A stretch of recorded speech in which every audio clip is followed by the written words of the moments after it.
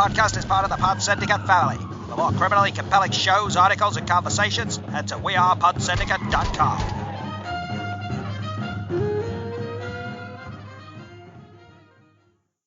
Good afternoon, good morning, good evening, and welcome, people, to episode 364 of Film Bastards. I totally knew I was hosting this.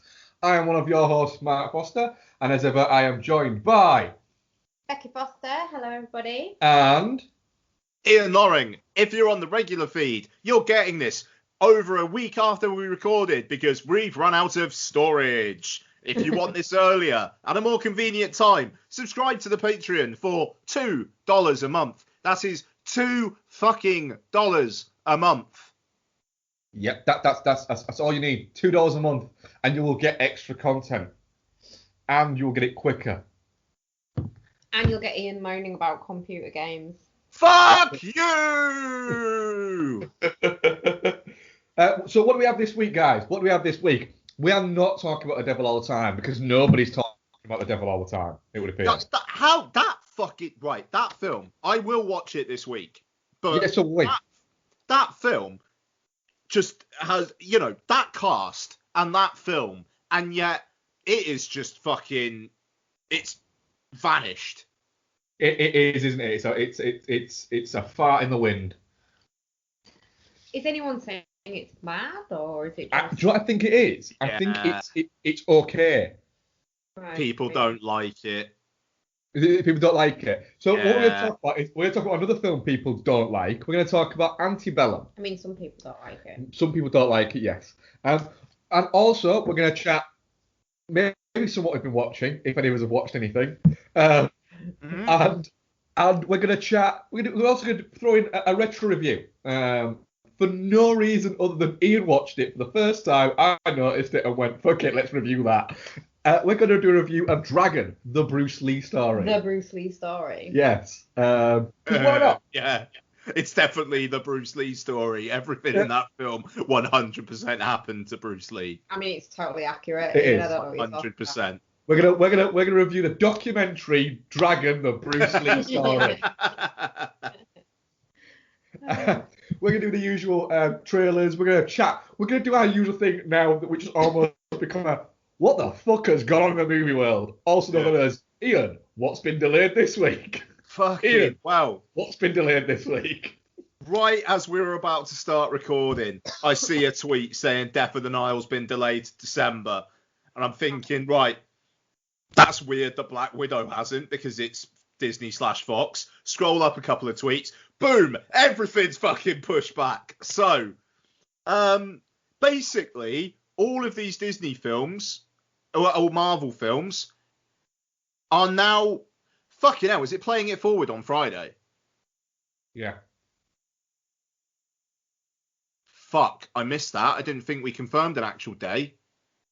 I mean, you got to do it sometime, you lazy bitch. 100% gonna wait to see what other people say. Fuck. Mark, if I got you Greta, didn't I? Yes, you have. Yeah, okay, I did that when I was pissed a couple of weeks back. I'm glad I didn't dream it. So anyway, apologies. So yes, basically all these things have been moved back a year. So Black Widow was supposed to be coming out May this year. It's now coming out May next year. Eternals was supposed to be coming out November this year. It's now coming out November next year. So yeah, it's a hell of a thing. I was kind of thinking, shit, maybe things are actually going to be all right because they released that trailer for WandaVision and confirmed that will be on Disney Plus this year. But no. Now, the one silver lining that Blank Check host and The Atlantic writer David Sims on Twitter has pointed out is this shows that the distributors obviously still need cinemas. Yeah. In the end of the day, if Mulan was actually a success, Black Widow would have been on Disney Plus. It would have been. They would have gone ahead. But I'm not sure for Black Widow. Just because of the Marvel thing, If it had been a success, if Mulan had worked as a business model, I'm not sure. Maybe Soul and things like that, maybe. But I think with Black Widow, I think with the Marvel, I think they were always wanting to hold that back as close as they could. They don't want that film to not make money. No, but that's the thing, man. If Mulan had been a success, Black Widow would have got so many fucking more people. Yeah, if it had made 70 million, let's say, in what is it? They'd have gone, fuck it, yeah, we can make 200 million on this. But it made 9 million. I don't know. I don't have the figures, but and the thing is, obviously, Tenet has done all right internationally. It's done perfectly fine internationally. Domestically in the US, not that big. So, you know, if I think one thing is it does show that Disney are waiting for cinemas to be okay, which, you know, I honestly, I'm actually quite heartened by that, and it's the only reason why I'm not screaming into a pillow at the moment. Now Bond as well. They've continued promotional stuff on Bond. Amara Santi on her Twitter released a mobile phone ad with Lashana Lynch that was tied to Bond yesterday. You know, so all the promotional material still says November. In the end of the day, Bond basically now has, I mean, you would assume Wonder Woman and Dune may well fuck off, but it's an interesting game of chicken, this, though, because Bond will be the only fucking show in town. Mm-hmm. You know, I wonder whether Eon Productions might be like, you know what, we might move it up a couple of weeks, release it at the end of October. You know, there's fucking nothing. There's nothing to compete with it. And cinemas are still allowed to open. Yep. You know, I think the government's obviously still confident enough. I mean, okay, they can't have any late shows, never mind, but they can still. They're exempt from that. Sorry? Some theatres are exempt from the 10 p.m. closing. Yeah. Yeah. Well, no, but the shows have to start by 10.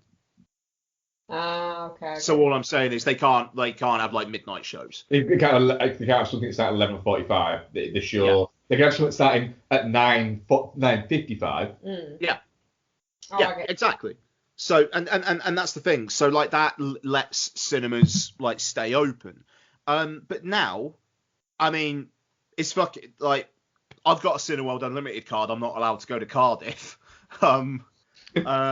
You know, but I had tickets for the St Maud Unlimited screening. Can't go to that now. I don't think anything's going to change in the next couple of weeks, which would let me.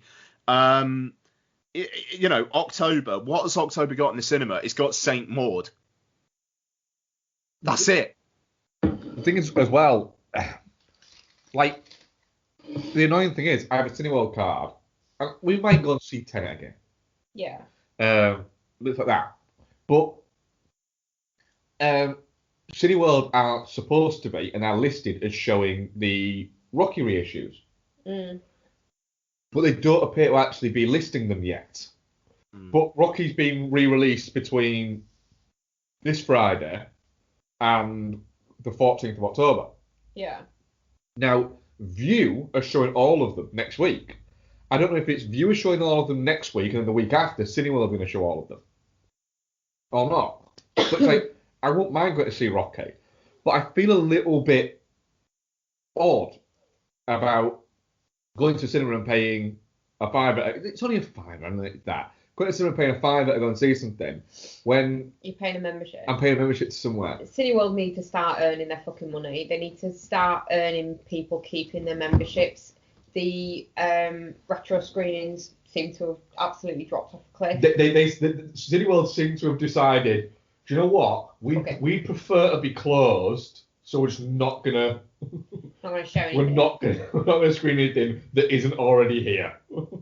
Yeah, you know, they really do. They need to start rewarding people's loyalty that have kept their memberships throughout lockdown. You know, yeah, all right, they stopped payments throughout it, but they didn't. Let's be honest, stop them straight away, did they? They got that last payment in. I mean, the mad thing is, you've got showing at our Cineworld at the moment. Loads of fucking theatre stuff. Loads of theatre stuff, that's literally just one night in the end of October. But it's like, Unhinged is still on. playing, which I kind of adore that Unhinged is still playing. That fucking shitty Pinocchio The movie. Pinocchio movie that I don't think anyone has seen. Sarah Cox. Sarah Cox has seen it, and that's it. And I think she was fucking lying anyway. Like, bitch. Seems like she's fucking smart.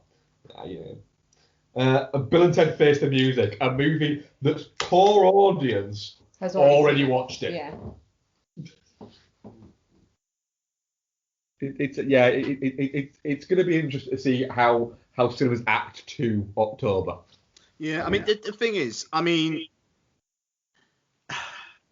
I think I'm ever so slightly more charitable towards Cineworld, just in terms of, in a way, it's not their fault that they are in this position. They opened up basically because of Tenet. If Tenet, and I'm not begrudging Tenet in the slightest. Like people were willing to come out to see what was going to happen, and unfortunately, it kind of seems like the way of the world has scared off other distributors. But it did well over here, though. What I will say there is, and I Cineworld offer a great product, and I'm not going to start bitching. I'm not bitching money at Cineworld with the unlimited card. Well, what I'm paying for, I can't see to play. But in this situation, if there just isn't enough coming out, you need to start being cleverer with things, and I don't think Cineworld are being clever enough. So, for instance, if you want to go to View this weekend, you can go and watch Broken Hearts Gallery. You can go and watch Tenet. You can go and watch New Mutants, or you could go and watch The Football, or you could go and watch any of the Rocky movies. Oh, hang on, what? They're showing like live football? Yeah. Or you could go. Okay, all right, that's interesting. Empire Strikes Back. Yeah. Or you can go and watch the theatre stuff. They are absolutely going right. We just need to get people in. We just need to get people in. We need to give them content that they want to go and watch. Yeah. So do you know what? Not everyone wants to go and watch the football in a pub. No. But people might go, do you know what? Fuck it. A fiver, I can tell lads to go and watch Sheffield United on the big screen. We can get some popcorn and what is it? Yeah, go on, why not? Well, it's even like with regards to Cineworld, like they were rewarding members for not cancelling their membership and then reinstating it after lockdown. Yeah. By offering them a free cinema ticket. It's like that's the most fucking pointless reward. Offer them a free IMAX upgrade. Yeah. Offer them a free VIP upgrade. Offer them something they will actually use, not something that they like. For instance, like I mean, I know we're an anomaly. We don't socialise outside of our 2-person social group. Yeah. But like, if I was a single person and I was a Cineworld member and I was going out with one of my girlfriends, I wouldn't fucking go to the cinema and give her my free ticket. I'd go for a few fucking cocktails. It's not a thing you really go to as friends. No, it's like a lady of the night offering a boob flash after she's given you a hand jibber. It is, yeah. Yeah. I think they're doing it wrong. And again, like you said, I love Cineworld. I love the fact that it's on our doorstep. I love the membership. It's a nice place. Yeah. But I just think they need to be making more of an effort. Like, yeah, it's maybe not going to draw as many people in showing loads of retro screenings, but the fucking nerds that have got the membership might want to go see the Rocky movies.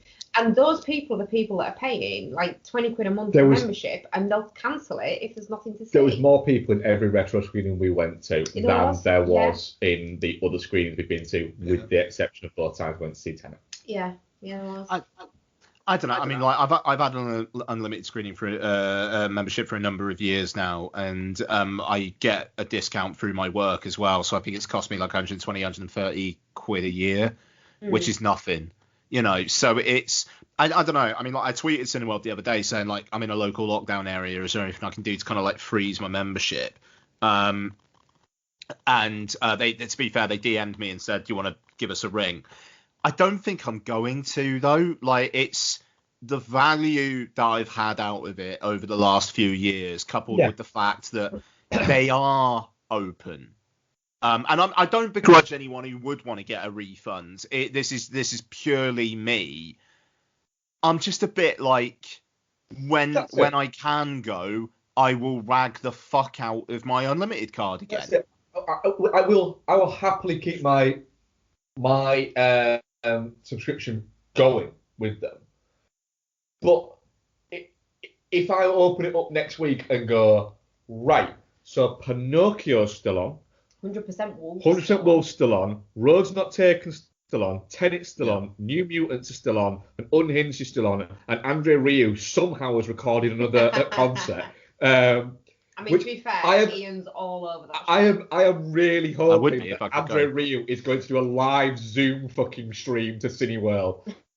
All I can think of is the company that owns Cineworld. Own Andre Rieu.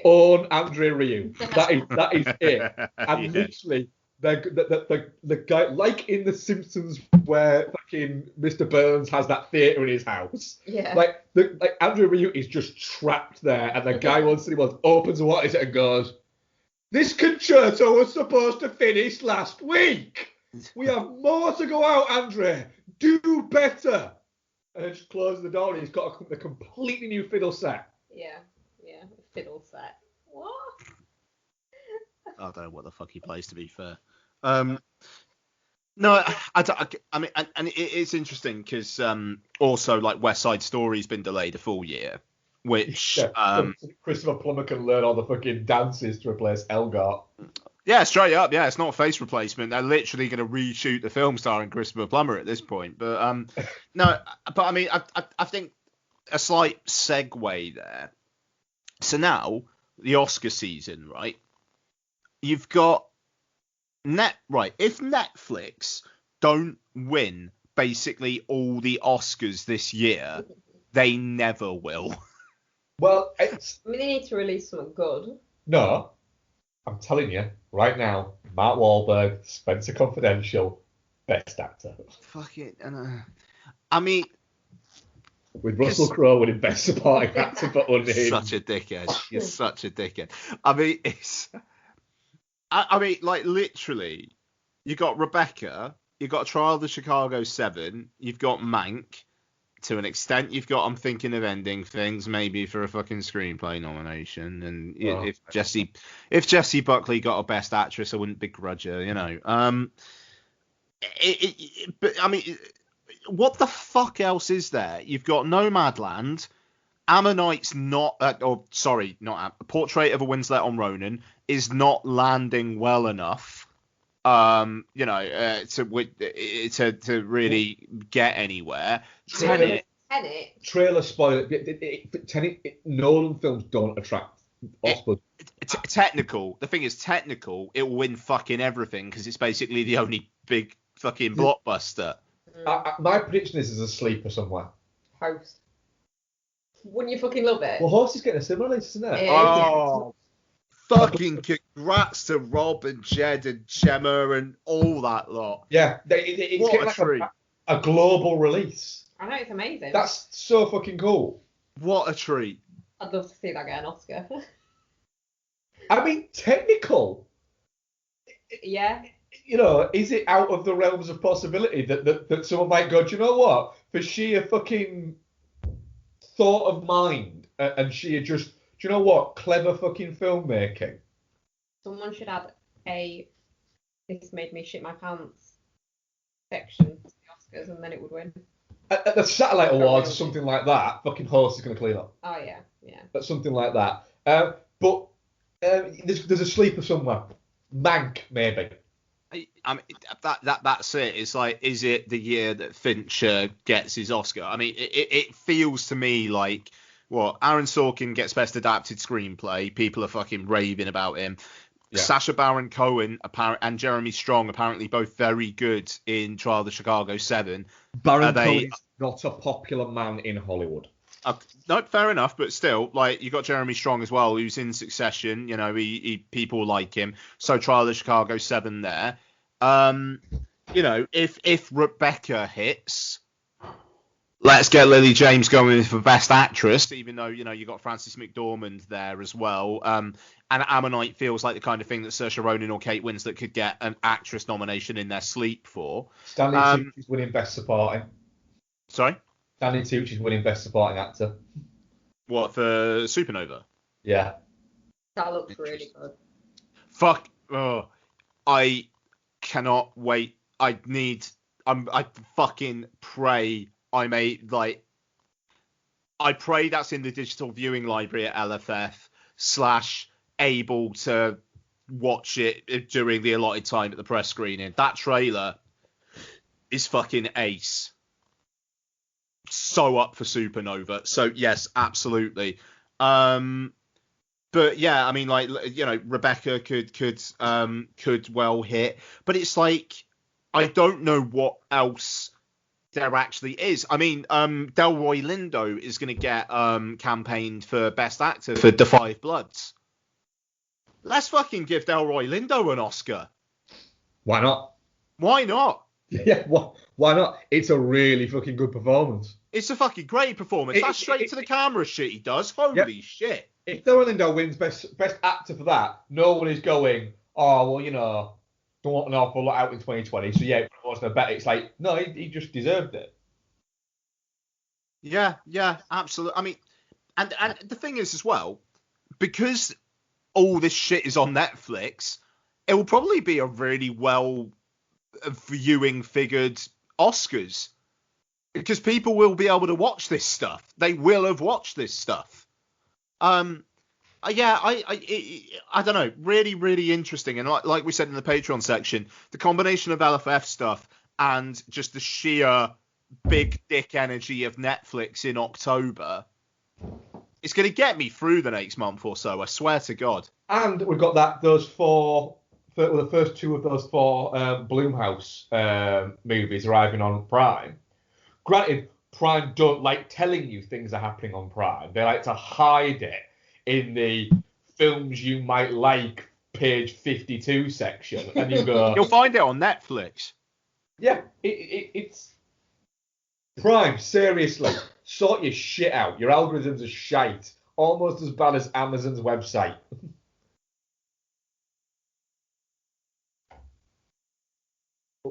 Trailers. Ian, you there? Yeah. Oh. Trailers. What we got? Well, I mean, let's just touch on Supernova again, though. So, I mean, Colin Firth, Stanley Tucci, gay couple.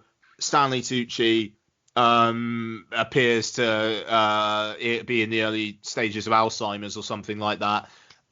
Yes, please. I will tear up, and those two look fucking great together. That's it. The trailer, I was like, do you know what? When it first starts, and it's like it seems like this jaunty kind of like possibly going to be a dramedy kind of thing going on. I was like, do you know what? I will happily go on a little funny road trip with Colin Firth and Stanley Tucci there. And then when it starts, when you see Tucci have a little moment, he starts to go, oh, please don't be this. Yeah. And he watches it going, do you know what? That looks just them two riffing off each other. It will be fantastic, but it will be, it will be heartbreaking because neither of them are showy actors. No. And so, but both of them are very, very good. Tucci has the ability to be showy if he needs to be, but he also has the ability to be very somber when he needs to. I do think Tucci's kind of, for a good number of years, has kind of been a bit of one of those, never quite got the credit he's deserved. Yeah, absolutely. Over the years. It looks very, very good.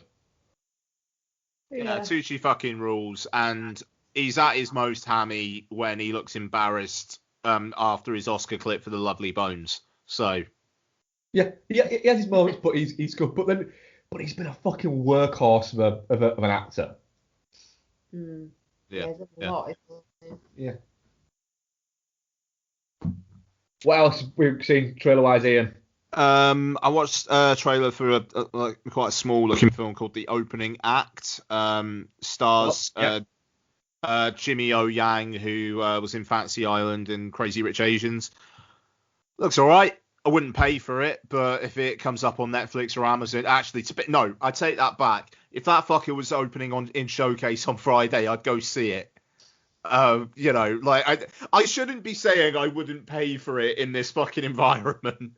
You know, if that crops up in 2 weeks' time at Cineworld, yeah, Friday, first fucking showing. There you go. Yeah, I think it looks. I'm kind of looking forward to that, actually, to be honest. Yeah, it looks funny. Yeah, I will happily go and watch Jin Yang try and do stand up. And Cedric the Entertainer as well, isn't it? So he's always a good time. Yeah, I'm up for that. I can't look at him like as a normal person though after watching Silicon Valley. No. It is Silicon Valley. Yeah, it's Silicon Valley he's in. Yeah. He kind of starts to you're annoyed by him when he's first in it, and then he kind of starts to steal the entire show in the last 2 seasons. Yeah, it kind of grows on you, and then you're like, oh, you're an evil fucking bastard. Yeah. I know people have kind of referenced this stuff before, but isn't it fucking mental that Fantasy Island was this year? Yeah, it's insane, isn't it? Fantasy Island literally feels like it happened in 2008. Oh, when did it come out? February. No way. Yeah, that was this year. Fucking hell. I at least mentally had it as 2019. Nope, it was this year. God, this year's been fucking long. I liked Fantasy Island. I like Fantasy Island. God, this year's been long. Yeah, I think we were the two people that liked it. Yeah, just you and me. I'm waiting for that extended cut to go down on iTunes so I can buy it. Have we already talked about the trial of the Chicago 7 trailer previously? No, but looks good, eh? Yeah. It does look very good, yeah. Very good. It's always weird seeing Sacha Baron Cohen be serious. It doesn't happen a lot. No. Do you know what? Have you seen his speechy thing that he did about... Is it about social media? Yeah. But do you know what, though? Do you know what I'd like? In the same way as there's certain musicians, like Justin Timberlake, shit on off the pot, either be an actor or be a musician. Yeah. Because you're trying to draw a credibility from that side, but then you're also releasing things with Bruno Mars. I mean, I think the worst one probably is the Trolls theme tune. Yeah. You're doing acting things that a pop star does. But then with Sacha Baron Cohen, he's about to be the trial of Chicago 7. He's getting very good buzz for it. Anything like that. What's he going to do? Oh, I've been in the Borat movie that I might release in a year's time. Do you know what? Just don't. Maybe don't. Yeah. Maybe don't. Maybe you got lucky with Borat. But trust me, 2021 doesn't need more Borat. No, not no. It won't end well. If Borat came out in a fucking cinema on Friday, I'd be all for it. Put the original Borat out in the fucking cinema. I'll go see it. The thing is with Borat, I've never seen that. I've seen it once, and I was okay with it. I never need to see it again, and I don't. I very much like that with Sacha Baron Cohen in the sense of I don't find him funny at all. No. But I do think he has the capacity to be a very good actor. Well, the thing is, it's weird because like he seems like quite a intelligent. He's a very smart man. Measured, sensible guy. Yeah. In some settings, and then he releases Ali G and Bruno and Borat that are just fucking... That all made an awful lot of money for him. Yeah, but that are all awful, stereotypical shite. Because he knows what will play to a mass market. But then, so is he just a fucking hypocrite? Yeah. In which case, he doesn't deserve any of our time, does he? No, but that's it. He needs to either go, right, I'm this guy now, watch this serious film That's I've what made. I'm saying. I know, I'm agreeing with you. Or I'm still this guy, in which case this serious piece that I've made is whatever. Don't watch it. Next trailer, A Rainy Day in New York, the most Woody Allen looking Woody Allen movie that has ever Woody Allened. Well, this is already... This looks like a Woody Allen fucking movie, and then there it popped. Yeah, this has been on iTunes for like 2 months. Why is there a trailer for it? Because no one's fucking watching because it. Because it's getting a US cinema release, apparently. No. Is that why? Yeah. I mean, fuck it. Right. This film is now so old that there is a bit of it where Timothée Chalamet is talking to like the film director guy. Yeah. That guy is Griffin Newman, the co-host of Blank Check, the podcast I bang on about all the time, who like a year ago said, I am donating all my fee from this film to charity. I'm so sorry I worked with Woody Allen. I mean, most of this cast have denounced the film. Yeah. Yeah, right. Well, quickly on that, a little bit, right? Did you notice that Kate Winslet has come out and kind of said that, you know, she now realises the error of her ways working with Polanski and working with Woody Allen? Yeah. And it's like, wasn't it literally like 12 months ago that she was talking about the fact that she shouldn't feel bad about it on that, on some kind of like, on like a round table, I think, with Margot Robbie and Saoirse Ronan, who both gave her the look of, stop talking!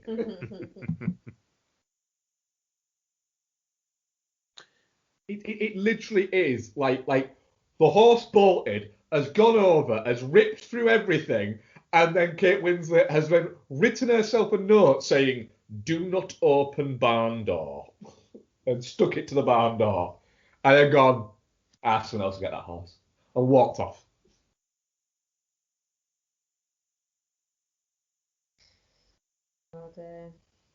What else we got trailer-wise?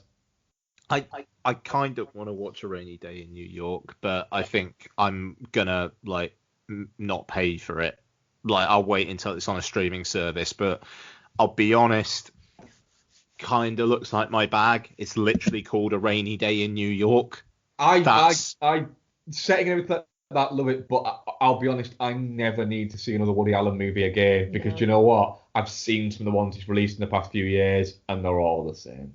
No, I know, but it just like literally, I mean, it's not rainy, but Inside Llewyn Davis is essentially how I'd like my life to look. So A Rainy Day in New York is maybe like the perfect title for me. Selling. Yeah, I don't know. I feel very like I haven't watched the Woody Allen film since like it really fucking went on against him. If somebody turns around to me and says, I actually mind watching that, what is that? I'm not going to go, oh, well, you're just backing up the... Anything like that. People want to watch it. Okay, watch it. I personally choose not to, but that's not it's not a moral high ground thing. Part of it, it's quite easy for me because I don't really like Woody Allen movies. For part of it is, do you know what? I feel a little bit wrong watching that. And also, well, I don't need to because I won't enjoy it anyway or anything like that. That's it. And so there's that. However, and there is a separation of art and the artist, and I thoroughly respect people's opinion of how they can stick to that.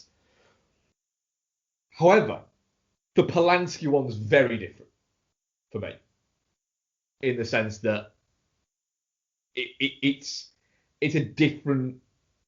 He is guilty of what he did. Yeah. And you can throw, and people around it can throw as many things. What is it? I do think that maybe perceived genius should not excuse that. So what we're differentiating them because Polanski's is provably true and Woody Allen's is just everyone knows it's true. No, I'm saying it's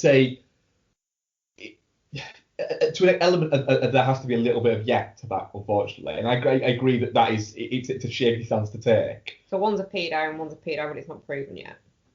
They're very much simplistic terms, I suppose. Yeah. The thing is, I'm the same as you. I've watched a number of Woody Allen movies over the years, and I like a sum total of one of them. Which? Midnight Paris. Is that because of Owen Wilson? Yes, it is. Yeah, and because of the timey-wimey shit, I like it. But any other Woody Allen movie, like the bumbling beta male kind of character, it's just not something I need to fucking watch. It's not attractive in real life. It's not attractive cinematically. I don't need to fucking see that. If you're a beta male, just get out of my vision. screen thing. I don't need to see it. And Woody Allen, all his characters are him, and it's just he's just so grim. So, but not watching a new Woody Allen movie is very easy for me because I don't like Woody Allen, and all his male characters are Woody Allen, and all his films are shit apart from one. So it's fine. And also, I don't like Elle Fanning. Do quite like Timothy Chalamet, and he's come out and condemned his kind of participation in this movie, so I'm fine with it. Timothy Chalamet, Mark, I don't really like Timothy Chalamet. He has magnificent hair. That's it. That's all it is with him. He's got that floppy hair situation going on. It's good. Elle Fanning's an odd one, isn't she? It's like at what point does that character that she can play and that shtick that she's got, at what point does that run out? Because it happened with Juliette Lewis. Well, it happened to be fair, dude, we reviewed The Roads Not Taken last week, and I think we all agreed that like she was pretty good in that. Oh, no, I'm not saying she's not good. She is good, and I like it. She's a good actress, but she has a slight kind of energy to her, and it at some point it does feel like that energy is going to, it's either going to change, and she's going to do something that you're going to go, oh, holy fuck, that was amazing. Or she's going to get too old for it. Or she's going to get too old for that energy. Yeah. I like Elle Fanning. I actually do really like her as an actress. I think she's I think she can be a fun screen presence, and she can be a fucking creepy screen presence. Neil Demon, she's creepy as fuck. Yeah. In that. But with actors like that have an energy to them, like a Juliette Lewis, for instance, at some point it either propels them somewhere different, so a Laura Dern, for instance, or it runs out and it becomes a shtick for them, like what happened with Juliette Lewis. So it's going to be interesting seeing where that goes. Is more what I meant. I think I phrased it badly. Because I say, but yeah, Dakota Fanning just seems to get bored of being Dakota Fanning. I think she just stopped getting cast. Because her sister stole all her roles. It's with Woody Allen. It just, and forgive me, indulge me here. I'm just kind of like almost like airing my own shit. In my difficulty with, I don't know, like it's just my English teacher in sixth form lent me Woody Allen films on DVD, and and also like other things as well. And it was actually quite a formative experience in my film kind of education. It was like the only teacher I ever had who was like, you like films, I like films as well, let's talk about this, and I mean, to be fair, she also in one of my school reports called me the most abusive, obnoxious and disruptive pupil she ever had the displeasure of teaching. Flirting them. It was fucking weird.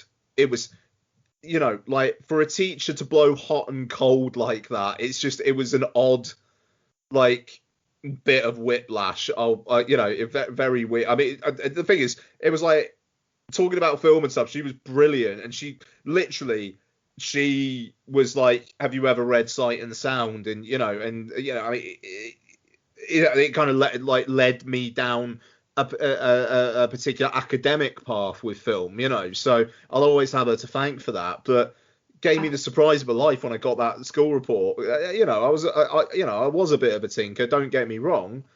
I was also the only one of her students who ever got 40 out of 40 on a fucking AS level module like test, but hey.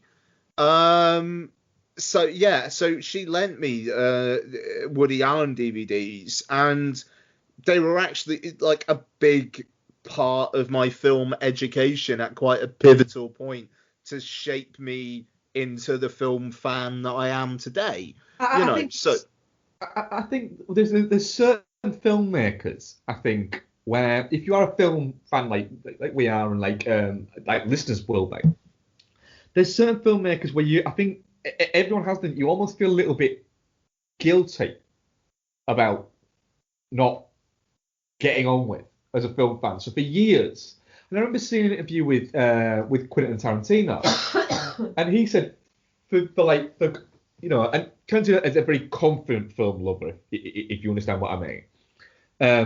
And he said for years, it wasn't until he was in his late 20s, he said that, but for years when he talked about films, he said the conversation always come up to one filmmaker. He said you go around, bounce around other filmmakers, but one filmmaker would always, there'd be a bunch of filmmakers always come up, but one of those filmmakers that would always come up would be Hitchcock. And he said for years, I would say for years, like to people, oh yeah, well I really like blah. He said, and I go through all these things. He said, but in the back of my mind, I was there thinking, just none of it connects to me. I get it. I get that he's brilliant and I get that he's great, but it just none of it hits me, and I don't. It's not my thing. He's a filmmaker you're meant to like as a film fan, isn't it? He said it wasn't until once when he was out having lunch with Paul Thomas Anderson, and something came up about Hitchcock. He said, Paul Thomas Anderson, just a throwaway comment, just went, I mean, to be honest, I've never really got on with Hitchcock. And he said, as he was leaving, he said, I'm sitting there thinking, it was like, hang on a minute, how was he allowed to say that? And for all these years, I've had to go, do you know what? No, I really liked Frenzy, and I liked this, and this was really cool. And he's just allowed to go, I never really got on with him. Why couldn't I have done that? Spielberg's like that for me. I'm like that with and weirdly with Hitchcock a little bit. I see. There's a couple of Hitchcock films that I really like, but the rest of it I have no interest in whatsoever. But yeah, I always feel a bit like when people are like, oh, it's bound to be good, it's Spielberg, and I'm like thinking in my head, nah, that's not really a seal of fucking quality for me. But you feel like you can't say it out loud. Yeah. No, I mean, I'm not exactly about to bore the Spielberg's an overrated hack train or anything like that, but it's, and I know you're not, Bex, that's not what I'm saying, it's just like, I'm not saying it's a pile on, but no, I mean, he never had the effect on me in my youth as he did a lot of people. And, I mean, like when Raiders came out, like I was a year away from being born, or a couple of years. I think Temple of Doom was 84, wasn't it? So yeah, so that was the year I was born. So it, maybe if I was born 10 years beforehand, then Spielberg would have been my man. Yeah, that's it. But then again, Jurassic Park. Jurassic Park. Do you know what? Yeah, that's the thing. Jurassic Park in itself. If Jurassic Park wasn't Jurassic Park, I probably wouldn't be here speaking now. So I'm talking out my arse. Spielberg's fucking brilliant. Bex, you suck. The thing is, I'm not saying I don't like any Spielberg movies, but when people cite it as being like, oh, it's a Spielberg movie, so it's bound to be great. A lot of Spielberg stuff is over sentimental shite. But a lot of the time, those same people who think that all Spielberg is great, 10 years ago would have said to you, oh, this will be good, it's got Bruce Willis in it, and now you're thinking, what? I think a lot of it is E.T. was Spielberg, wasn't it? Yeah. E.T.'s horrifying. It's horrifying, childhood ruining shit. I mean, it's awful. All right. That alien's terrifying. Let's move on from you hating E.T. for some reason. You hate E.T. I have no strong feelings towards E.T. Do you not? Is it just me? We literally own E.T. So. Gosh, why? Because I bought it. Because I wanted to rewatch it. Burn it with fire. We don't. But I'd say we don't own E.T. We don't have an alien upstairs in a cage just going, I wonder why a girl never comes to see me.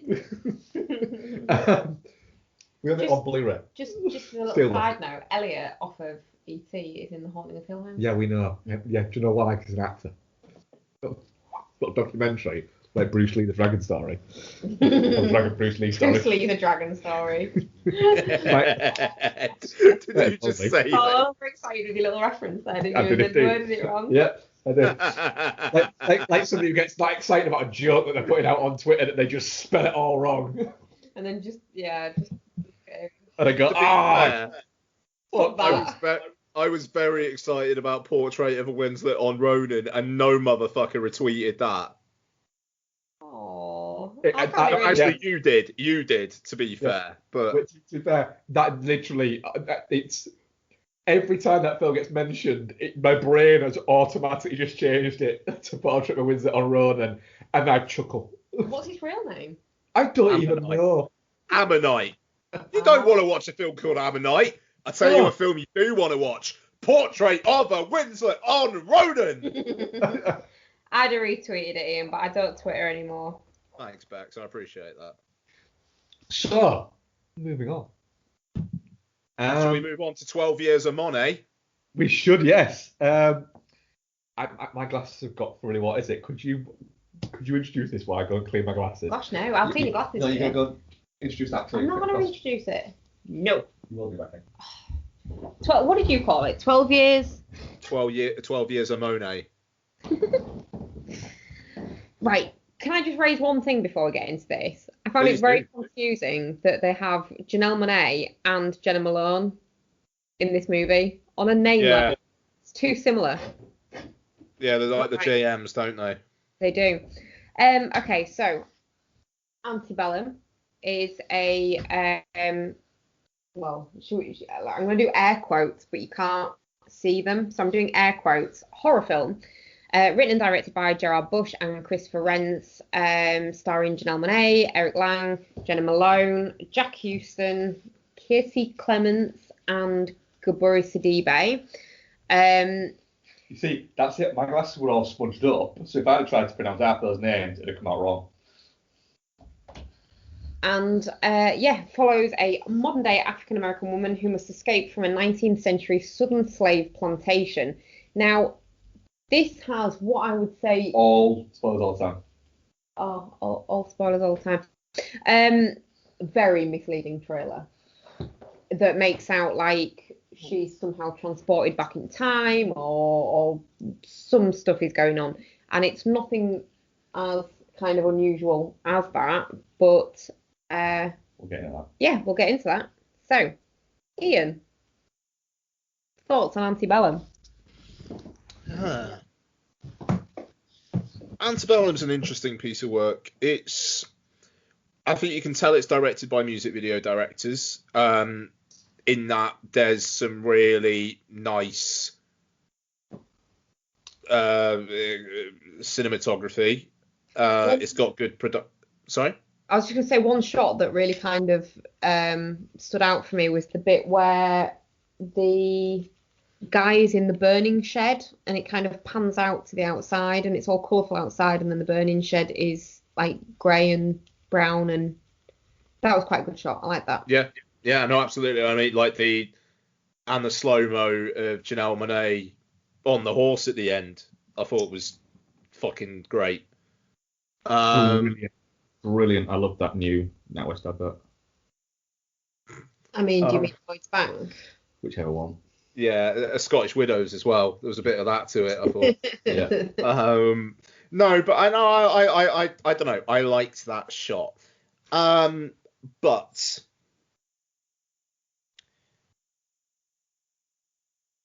it's a bit fucking boring, isn't it? Considering the subject matter. I don't know. I mean, it's. Let me reset myself. It's the concept is interesting, and what the twist is on the face of it interesting. Unfortunately, you've got 100-minute film that feels like it's 2 hours long because it just luxuriates in the wrong things. Like the second act, which I enjoyed as its own like short film, but I mean Gabori Sidibe, like she makes no sense in this film whatsoever, this character, but I really enjoyed her. I thought she was cracking. I want to go drinking with her character. Yeah, fucking right. She's a laugh and she's full of life.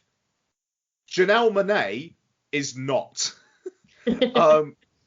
Like she in the sequences at the plantation, she barely says anything, and all the importance of her character is spoken to her by other characters, until she then starts getting some revenge at the end. And in the middle, I didn't like her that much. She feels cold and off-putting when her friends seemed really nice and fun. Also, the twist. This film wants to be Get Out so fucking bad it hurts.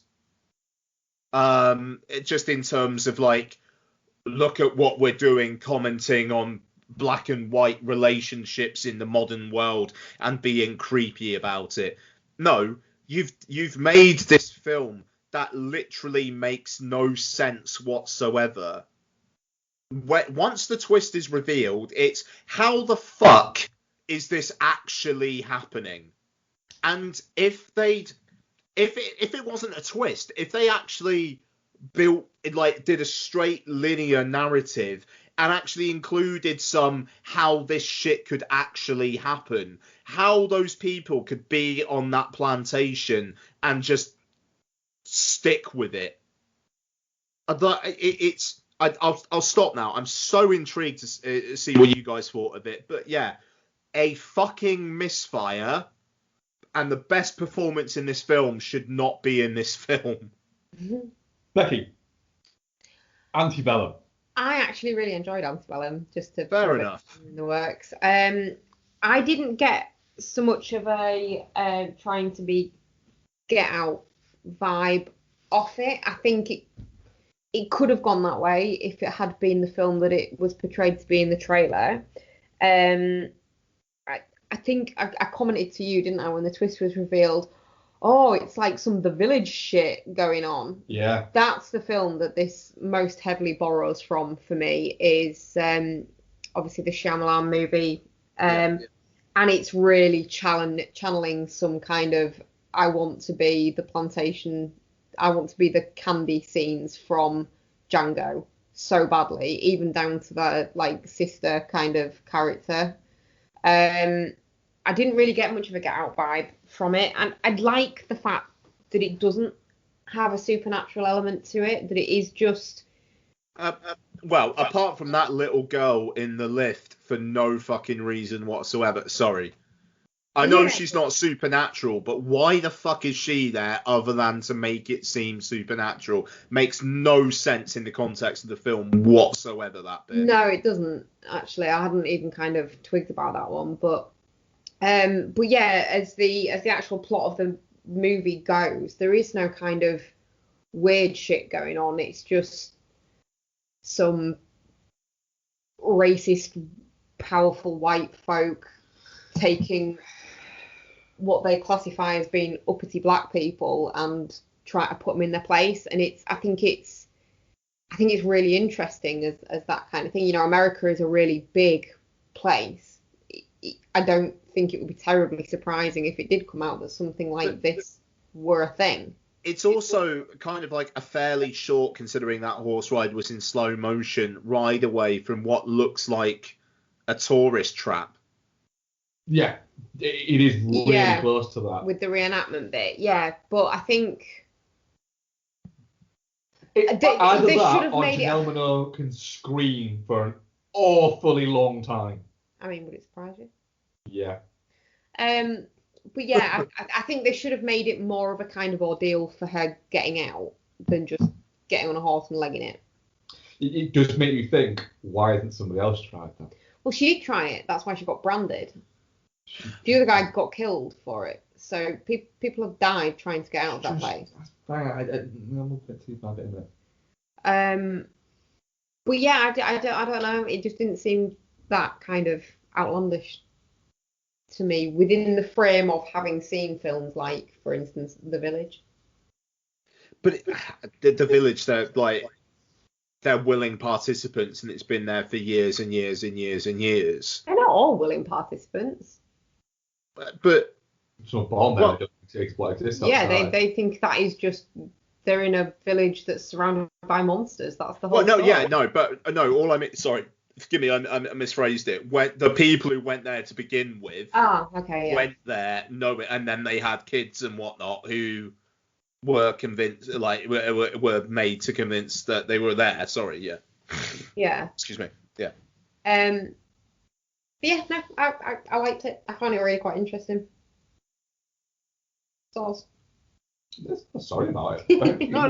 Yeah, Like, then Bex, please please don't. I mean, Jesus fucking Christ, like it's positivity's more important than it probably fucking ever has been. You know what I mean? I'm not gonna. Sorry. The other thing that I'm Antebellum is, I really think it's too long, it's messy, and you can tell it's directed by music video directors, because the opening bit's really interesting. Visually, the opening is really interesting. The fact that you get a good couple of minutes before anyone says anything, and it's sweeping across the plantation, and that's really nice. It's a really nice music video for a Jaenelle Monae music video. Monae. I think it suffers from. I don't think she's anywhere near as charismatic as people think she is as a performer. And I did find her quite cold, and a little bit like I don't know. She I don't want to say the word unsympathetic, because I don't mean unsympathetic, because you should be very sympathetic to what happens to her. But she doesn't necessarily feel like someone you can get behind in the second act. No, she seems a little I don't know, bit. Ian. She's got magnificent hair, and she can pull off the shit out of a jumpsuit. She can pull off the shit out of a jumpsuit. She has magnificent hair, but she does kind of seem a little bit like a dick. Not that she should be kept on a plantation and treated like a slave kind of bitch. That at all. But if you're going to have that character, at least make you actually, when you see them in that and you go, oh, fucking hell, this is horrible, and you go, all right, what's happening here? Oh, this version of is a dick, isn't she? And this is the version of her. But this is what. That, like, I feel like she's very clearly painted as someone that's tired of dealing with certain types of bullshit, and she wants to get home to her family. And I agree. Now you brought up a bit that bothered me. Go on. What, she could have got a flight that night. Right? Yeah. There's the whole bit of I just want to get back to my baby, and I feel so bad about all this, after I've just literally had somebody come and do yoga with me that I haven't even really said bye to. Yeah, no, that bit bothered me. And that my friend, and I thought Kabbalah Stevie was a welcome little burst of energy within this movie. But they were dicks in that scene. Yeah, they were. And I kind of get the feeling that they were supposed to be, because it was supposed to juxtaposition between it. But that's messy in the framework of how the movie works. I mean, also, as well, I'm sorry, I have to side with you on this. The fact that guy's a senator, so they will know who he is, all those people there. It seems like, I don't know whether this could happen. I don't know. Yeah, it felt a little bit. I don't think they had that ending at the start. I think there was a number of endings to choose from, and that's the one they landed on. Because it was very much like, at the point of, at a certain point early on, I was like, right, so they're basically being kept there at, what is it? It's a village situation. And it's more interesting, I think, than if it had a supernatural or a fucking Assassin's Creed style supernatural or scientific element to it. It is more interesting, but also as well, you could have taken some of the time that you did dropping like 2 minutes worth of music videos peppered all around to kind of create atmosphere. You could have actually built a bit of story within that, other than literally she gets in a taxi. Jack Houston, who I thought was very good in it, by the way, Jack Houston fucking appears out of nowhere and goes, "Rah!" Smash her into a window as you're watching fucking, what's her name, and Gabriel Sidibe drive off and you're going, no, can I watch what happens with them? Because that looks like a fun movie. It's kind of that. The sequel to this should be this. Never a fucking rager of a night. Just fucking trying to fucking text her and go, what is it? Like a Hangover style movie. And as well, they clearly try a few times to go, should we put the reveal here? Or should we have this here? Because the guy at the bar is clearly Jack Houston. Otherwise, it doesn't make sense. Which one's Jack Houston? Jack Houston's the... It's either that or the entire second act are the directors going, you know something's coming, you know something's coming, you know something's coming, and it just keeps on fucking faking you out. So that bit may well have been Jack Houston. It could have just been some guy who was into Gabori Sidibe, and then she like chews him out, but also comes onto him in the most entertaining way. But that scene makes no sense being in the movie whatsoever then. No, exactly. No, I was going to say, and it's self-indulgent as fuck. But it's like they've basically gone, right, we've got half an hour here to do whatever the fuck we want. Whatever the fuck we want, as long as every 5 minutes or so, there's something a bit ominous that happens. And then instead of surprising you with the reveal, it's as soon as that fucking car pulls up, it's like, right, okay, then dodgy people in the car. Yeah. You know, I mean, like, it would have been fucking interesting if, say, first Jack Houston comes along, cracking onto Gabori Sidibe, and then suddenly he just, like, fucking picks up Jaenelle Monae and then just fucking runs out or something. I don't know. Like, something shocking. So, can I ask a question, right? Did I miss something in this? You know when Jaenelle Malone? Very difficult when they're so close. I was saying that. You were. Right, when she went in and pissed in her toilet and fucked around, put hair on her bed and shit like that, right? That went nowhere, did it? No. This is right. Right, so that went no, because at that point I was thinking, right, are they setting her up with something, and that's where this goes? They set her up with something. It's like, no, she's just what? My theory with this film is based on absolutely nothing. My theory of this film is that originally it was linear and it was longer. It was that first half hour or so was there, and it's building up. You don't know what the fuck's happening other than ominous shit. And then you get the first act as the second act, but with more showing how the fuck this is actually happening.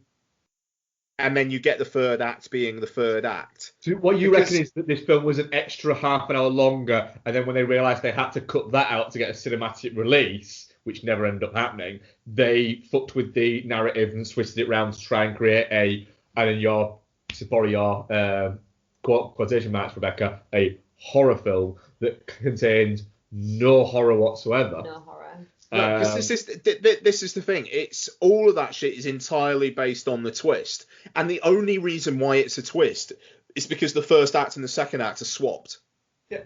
So this is a horror film based solely on the fact that it's called itself a horror film. And there's a creepy blonde girl in it. Who we've already established shouldn't be there. Shouldn't be there at all. That bit with the flowers shouldn't be there. Like, why are they trying to creep her out when they're just going to kidnap her? It really isn't. It's an odd duck of a movie, this. And also, just to say, I WhatsApped you guys last night with a picture of the film and said, this woman is fucking awful because she is Kiersey Clemens, who plays the girl the girl who's with her at the start of the film. She's awful. She is a modern woman playing dress up. Yep. And I can't decide whether she was awful or that was incredibly subtle direction to say, play it like a modern woman trapped on a plantation. I absolutely think it's Jeff, that. do you know what Jeff, do you know what I think it is with that? I just think that Kirstie Clements is actually a really good actress. And she plays it really, really well. Yeah, that's so that's the thing. Now, at this point, I think that was played very, very, very well. But watching the film, it really threw me off. It made me think something's not fucking right here. But nothing else in that first act necessarily did that. There's that bit where they're all like, you know, what's that noise? And then the plantation people are like, you lot are distracted easily, aren't you? Blah, blah, blah. You know, I don't know. It just... Nothing against Kirstie Clements. Now, after that reveal, it's like, fucking hell, she did some decent work there, yeah. Did Jaenelle Monae's veneers not throw you off? Because Mark was very upset by those. But they made sense by the end of it. Yeah. But I was upset by them at the time. Yeah. The thing is, I thought she was going to be some sort of time-travelling... what you thought, weren't it? Yeah. Black Warrior, which would have been fucking amazing. There's a... Right. Oh, and also, why is she creeping around on the floorboards? Sorry. Why does she do that thing with the floorboards? Oh, bullshit. That's not how you do it. For a start off... To do what? Everybody who has snuck out of a house before can work out in 15 minutes which floorboards don't creak. It was all because at some point, Jaenelle has gone, do you know what I can do? I can do this weird thing. And they've gone, oh, we're going to fucking use that. Jaenelle. Oh, whichever one. Yeah, because you know what? We saw her doing yoga, didn't we? And then she gets to do that, what is it? To spring out. It's like, I mean, fuck off. Yeah, bollocks. Fuck off. Fuck to the fuck off. That was just bad filmmaking. Could I ask a question about what's her name? Jaenelle Monae. Right. Is it something that I'm not aware of with her? She's not. Is it that she's a big star to a small amount of people? Probably, yeah. And that they now think that she's a big star to everybody, when in reality, the majority of people don't know who she is. And that's not just criticism of her, but it does seem a little bit like she's getting an awful lot of exposure for not a lot of end. Well, she's not an untalented woman. I'm not saying she's not untalented, but she seems to be everywhere, but nothing seems to be landing. Well, last album was really good. But does anyone talk about it? Did it have an impression on anything? Or did a few people listen to it? That's what I'm saying. They've tried to sell an entire movie that they were going to put out in cinemas off her being in it. It didn't work. They then put it out on premium VOD that literally people film Twitter who would lap this shit up didn't even notice it was out. And to be fair, the reviews that there were, people were like, "This is a bad film." Yeah. Which is interesting. I don't think it's as bad as people are trying to make out. No, it's not. No, right. It's not. I think maybe because it's music video directors that have made it, and she is quite a big deal musically. Like, I think mainstream film-wise, there's only really Hidden Figures that you could point to. And she's great in Hidden Figures. She's really good in that. Musically, you really like it. You listen quite a bit, and I'm not a fan. Hidden Figures is definitely one of those films I will show Lottie within the next couple of years, and she will be inspired by it.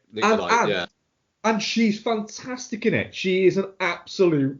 She's very charismatic in it. She's good in Welcome to Marwen as well, to be fair. I can't wait to be welcomed to Marwen. I'm waiting for the perfect time. You've seen it though, haven't you? No, I have not been welcomed to Marwen.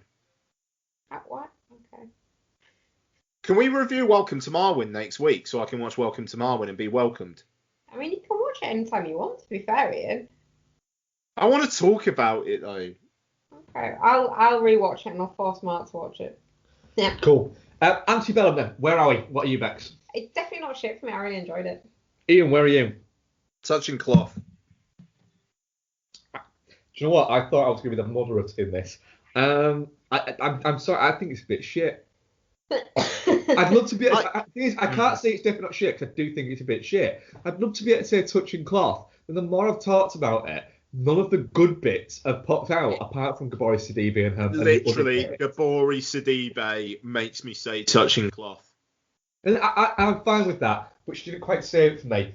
But that woman should be in more fucking films. Fucking right, she should. Because She's and not just comedy stuff. The only thing I've ever seen her in where I went, that was shit, was the film that everybody knows her for. See, I've not seen that. I think it's a bit shit, to be honest. But whenever I've seen her in comedy things and things like that, she's always, or dramas and things like that, she's always really quite charming, but good. In Seven Psychopaths, I don't remember that. Yeah, she's great in that. She's the dog. She is good in that. She's Woody Harrelson's dog walker. Oh yeah, of course she is. Yeah. The only things that I've seen her in, well, that obviously that's a bit part, but she's great in American Horror Story. I know it's TV and oh my god, TV. Yeah, but TV she's shit. very good in American Horror Story. Stop talking about TV, Becky. Jesus. Fuck off. Our audience for Antebellum was. I'll let you talk about games, Ian. You talk about games too. You talk about games. Right. What she says, I let you two talk about games. Definitely not shit, 17%. We let you talk about football. Not for nothing. Because I know I can't shut up about it. Touching cloth, 17%. Shit, 50%. Oh. And Geostorm, 16%. I was close to going Geostorm, but it never quite got batshit enough to go Geostorm. Yeah, if it was also, more that shit, as well, Geostorm would have been tempting. Yeah. Last bit I will say on it, sorry, doesn't stick the landing. Her big in slow-mo carrying the axe on the horse, I was just going, you look fucking silly. You don't have the anger. When I look at that, I'm going, show me your war face, and I'm going, it's not, it's a kitten screaming at a window. The problem I always find with Jaenelle Monae, actually, like on an aesthetic level, is her mouth, like the interior of her mouth, seems too big for her mouth, i.e. the exterior of her mouth. Like, she seems to be able to open her mouth wide enough like normal people can. Like, there's too much mouth. The interior of her mouth is not big enough for the exterior of her mouth. It's too big for the exterior of her mouth. Like, her mouth hole is too small for her mouth. I feel right now like literally you are a quality controller in a sex doll factory and you are trying to explain to designers what's going on. And literally I'm here going, I can't continue having this conversation because it's all wrong what's going on in my brain right now. So, like, do you know what this is? Really wide to like scream. It's like there's not enough. Literally, sex doll is all I have in my brain right now. No, do you know what this is, right? This is Becky's version of my I don't see how folding a piece of paper 42 times makes it as tall as the moon. I mean, I suppose it depends on the thickness of the paper, but that pans out, Ian, I'm not gonna lie. No, but that's the thing. For me, there's no way that pans out, and this is a simulation. For you, I bet that's the thing that no one else agrees with you on, but you're like, why can't anyone else see it? It's not really anything I've discussed with someone before because it's just like it's common sense. I bet of all the things that Jaenelle Monae might hear that she doesn't like, I bet you the one thing that sticks with her is that fucking bitch who said that thing about my sex doll mouth. Oh. But Mark, do you agree with what Becky's saying? I honestly, I got really confused about halfway through. Exactly. So did I. So this is the thing. Becky is like, this is common sense. This makes perfect sense. Why doesn't anyone else see that? Me? Why? How does folding a piece of paper 42 times make it as tall as getting to the moon? That doesn't make sense in my head either. So this is the thing. This is the little simulation bug that we both need to have patched out. Becky, it's Jaenelle Monae's teeth size compared to mouth. Me, it's paper. Did Donna reset overnight, or did she still disagree with you this morning? No, she didn't. And apparently, it's like there was another one. I went down a hole, right? So, was this on YouTube? Please say it wasn't on YouTube, because you're going to start talking to me about right-wing shit, because that's all roads lead to you joining a fucking right-wing faction. If you fold a paper in half 103 times, it will get as thick as the universe. Yeah. I sent you that. Oh, and then I sent that on to Donna. Did you send that on to Donna? Night. Yeah. We're in caps locks. I hate this. Well, if you're doubling it every time, obviously it's gonna grow. And the more you fold it, the more. It's a piece of paper. How? Could just folding a piece of paper 103 times make it thicker than the universe? It doesn't make sense, Bex. Exponential growth. Can I ask you a question, Ian? You have to be honest. Yeah. You tried folding any paper today? No, I haven't. Have you not? Now though. No, I haven't, but I'm going to now.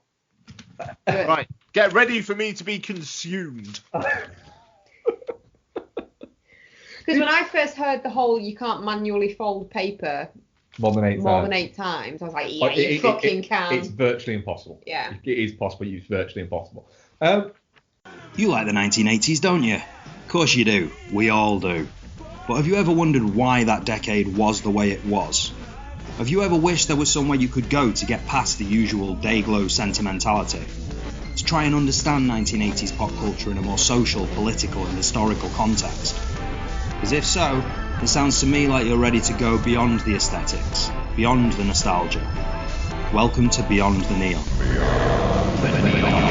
Beyond the Neon is the podcast that dares to pull over the Testarossa, eject the Wham cassette and take off the Wayfarers. If you're looking for retro reviews of Back to the Future, The Goonies or John Hughes movies, you will not find that here. If you're looking for top 10 lists of A-Team episodes, Nintendo games or Stranger Things references, you will not find that here. If you're looking for long boring introductions, Squarespace ads or Patreon begging, you will not find that here. Because Beyond the Neon, we do things a little differently. In each documentary-style episode, I look at one area of 1980s popular culture and break it right down. And each episode features academic insight, guest contributions and interviews, as well as clips plumbed from the depths of the 1980s cultural void. Well, YouTube, mainly YouTube, to help illustrate the wonderful, perplexing, terrifying, joyous and utterly thrilling world of 1980s pop culture. Beyond the Neon might not be as regular as other 1980s podcasts, but that's because Beyond the Neon isn't like other 1980s podcasts. Subscribe to the show today and check out all past episodes by visiting beyondtheneon.co.uk. Are you a craft beer junkie? Do you eagerly anticipate the freshest IPA release from your local craft brewer? Do you check in every beer you've ever had on Untappd? Do you know the difference between a Belgian triple and a Berliner Weisse? Then do we have a podcast for you? What's Untappd podcast gives you beer reviews, interviews with brewers, behind the scenes access to beer festivals, games, and more. Whether you're a craft beer junkie or new to the world of craft brewing, What's Untappd podcast is something for you. Check us out online, iTunes, Spotify, YouTube, and now wearepodsyndicate.com. And as always, keep drinking, you dum-dums.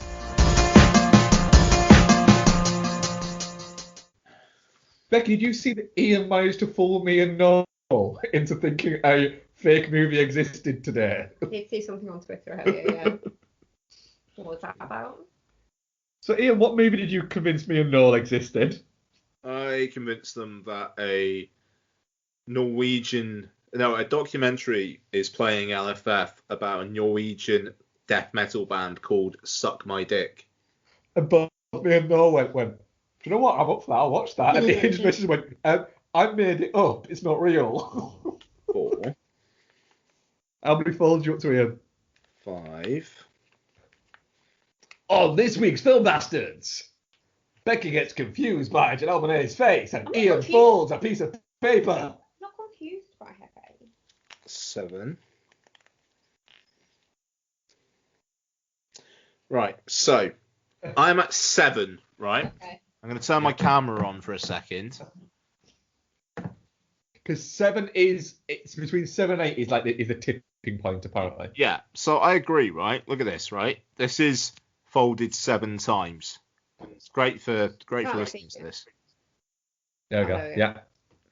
Yep. Yep. So, okay, so yeah, all right, fair enough. I get that I can't fold it again, but this is 7 times. You're telling me if I had the energy to fold this 35 more times, it would be as tall as the moon. Well, look at how thick that is compared to the piece of paper that you started folding. I can explain this. Go on. Right. You've got a paving slab here. Right? Yep. And then you put another paving slab on top of that paving slab. Okay. Right? So then you have 2 paving slabs. But when you put the paving slab on top of that paving slab, right, it becomes 1 paving slab, let's say. You then want to put another paving slab on top of that, but the paving slab is the same thickness as the paving slab you've got. So every time you do that, it doubles in size. So by the time you get to 10 paving slabs, 1 paving slab is the same size as 10 paving slabs. So that is exponential growth. No, I understand that. And thank you for using paving slabs instead of paper and then literally saying the exact same thing that everyone else has been saying, Mark. I really appreciate it. Yep. I used COVID. Mine was a bit different. Don't fucking scare him! I did think that after I sent it, to be fair. Don't fucking terrify him! No, but I get it with COVID. No, I'll be honest with you. COVID is less scary than the concept of folding a piece of paper 102 times and it being thicker than the universe. Right, I get it, right? Yes, this here is way fucking thicker than that first bit was. I get it. Absolutely 100% get that. But you're not fucking telling me that I'd fold this 35 more times and it'll be as tall as the moon. You're not telling me. You are not telling me that. No. I'm not telling you that. The theoretical concept of exponential growth is telling you that. And I disagree. I love how this podcast has developed over the past lockdown literally into various existential crises. I mean, to be fair, they're all Ian's. They are all mine. You're right, they are. It's all the simulation. That was mine. That was my your breakdown moment. Yeah. My next one will be if my holiday's cancelled, and then I'm just going to go on a fucking riot. I don't know what mine will be.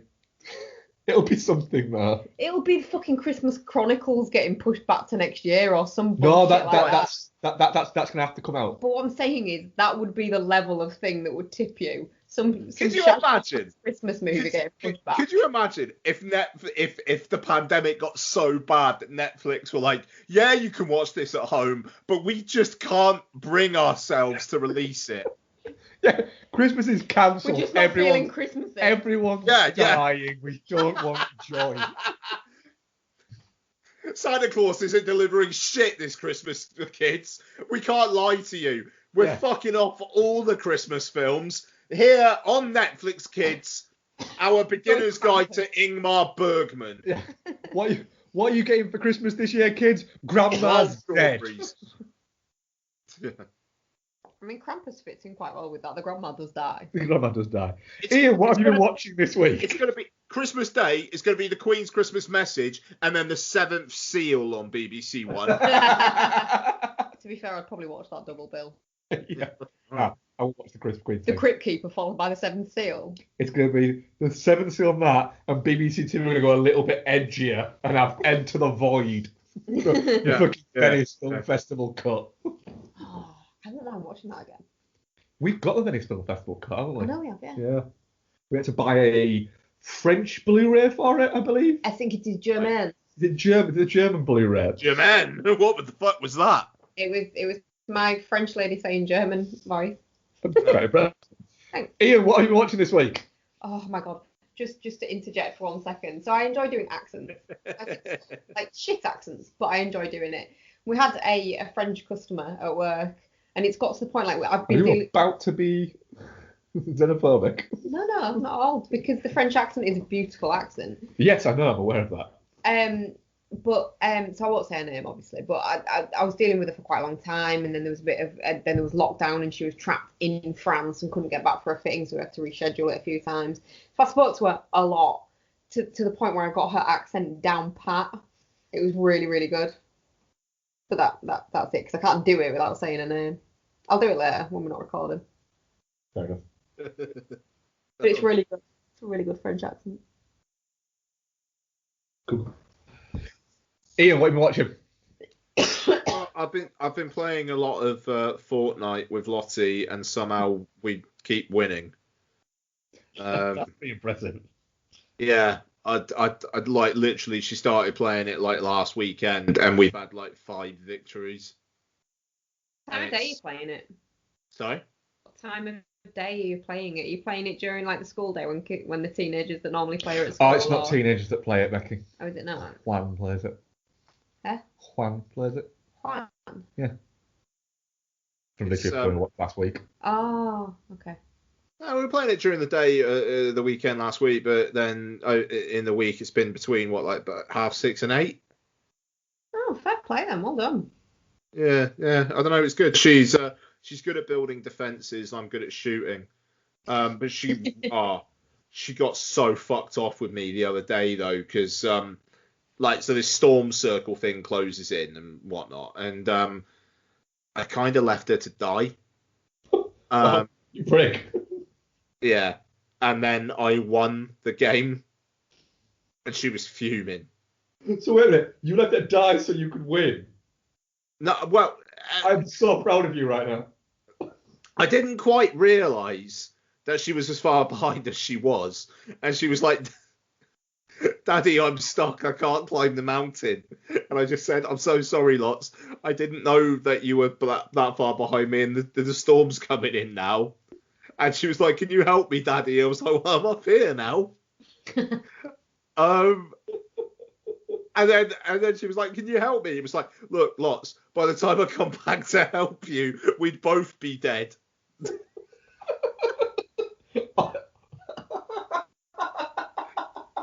Oh, it's this was streamed. Oh my god, you have to stream it. You have to stream you and Lottie playing Fortnite. Yeah, that's not a bad idea.